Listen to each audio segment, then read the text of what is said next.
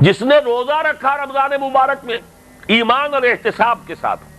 یعنی اللہ پر ایمان بھی ہو اور اللہ سے اجر کی امید بھی ہو، اس کے پچھلے تمام گناہ معاف ہو جاتے ہیں۔ پھر فرمایا وَمَنْ قَامَ رَمَضَانَ ایمانا وَاحْتِسَابًا غُفِرَ لَهُ مَا تَقَدَّمَ مِنْ ذَنبِهِ، جو کھڑا رہا رمضان مبارک کے دوران یعنی اس کی راتوں میں ایمان اور احتساب کے ساتھ، اس کے بھی تمام گناہ معاف ہو جاتے ہیں۔ تیسرا فرمایا وَمَنْ قَامَ لَيْلَةَ الْقَدْرِ ایمانا وَاحْتِسَابًا غُفِرَ لَهُ مَا تَقَدَّمَ مِنْ ذَنبِهِ، اور جس خوش نصیب کو لیلۃ القدر مل گئی اور وہ اس میں کھڑا رہا رات کو، اس کے بھی پچھلے تمام گناہ معاف ہو گئے۔ لیکن سوال یہ ہے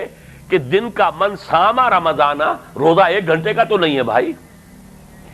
تو من قام رمضانہ یہ 1 گھنٹے کی تراویح سے کہاں اس کا حق ادا ہو جائے گا؟ یہ ابھی کوئی غلط فہمی نہ ہو، میں اس تراویح کی حقیقت بھی بیان کر دوں گا۔ ابھی وہ شے ہے، صحیح ہے، درست ہے، اس کی حکمت ہے، وہ میں بیان کروں گا،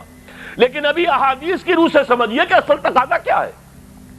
تیسری حدیث میں نے آپ کو سنائی، اس کے راوی عبداللہ ابن عمرو ابن العاص ہیں رضی اللہ تعالی عنہما۔ وہ فرماتے ہیں کہ حضور نے ارشاد فرمایا ان الصیام والقرآن الصیام والقرآن یشفعان للعبد، روزہ اور قرآن بندے کے حق میں شفاعت کریں گے قیامت کے دن۔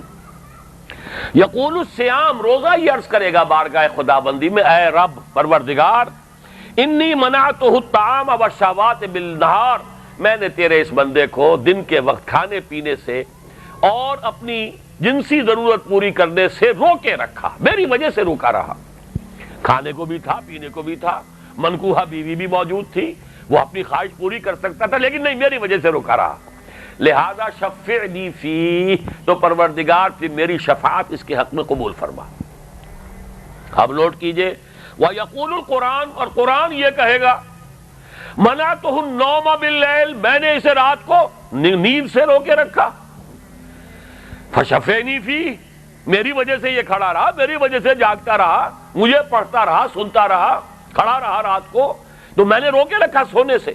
فَشَفَعْنِي فِيهِ، تو میری شفاعت بھی قبول فرما۔ اور حضور فرماتے فَيُشَفَّعَانِ، دونوں کی شفاعت قبول ہو جائے گی۔ اب بات آپ کی سمجھ میں آئی؟ سیام اور قیام یہ بالکل متوازی ہیں اور متوازن ہیں،